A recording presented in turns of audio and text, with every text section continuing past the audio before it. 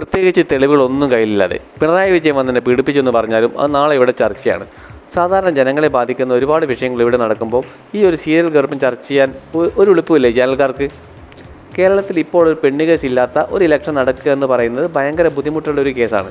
പിന്നെ ആ ശബ്ദരേഖയും കൊണ്ട് നടക്കുന്ന പെൺകുട്ടിയോട് എനിക്ക് ഭയങ്കര ക്യൂരിയോസിറ്റി ഉണ്ട്. നിങ്ങൾ പ്രസവിച്ചോ ഇല്ലയോ എന്നൊന്ന് അറിയാൻ വേണ്ടി. പ്രസവിച്ചിട്ടുണ്ടെങ്കിൽ മിക്കവാറും കുട്ടി രാഹുൽ മാങ്കൂട്ടത്തിനെ പോലത്തെ ആയിരിക്കും അല്ലേ? ഒരു പ്രശ്നം വരുമ്പം എന്തുകൊണ്ടായിരിക്കും ഈ പുരുഷന്മാരെ മാത്രം അവരുടെ ഫോട്ടോയും അവരുടെ കുടുംബചരിത്രവും മാത്രം ഇങ്ങനെ കൊണ്ടിട്ട് അലക്കുന്നത്? ഈ പെണ്ണുങ്ങൾക്ക് ഊരും പേരൊന്നും ഇല്ലേ?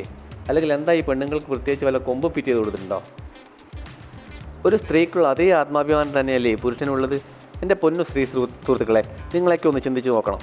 നിങ്ങളെല്ലാവരും വീട്ടിൽ ആൺമക്കൾ ഉണ്ടെങ്കിൽ അവരവരുടെ നാളത്തെ ഭാവി എന്തായിരിക്കും? ഒളിഞ്ഞു മറിഞ്ഞ് യുദ്ധം നടന്ന പെൺകുട്ടി നിന്നോട് പുച്ഛമാണ്.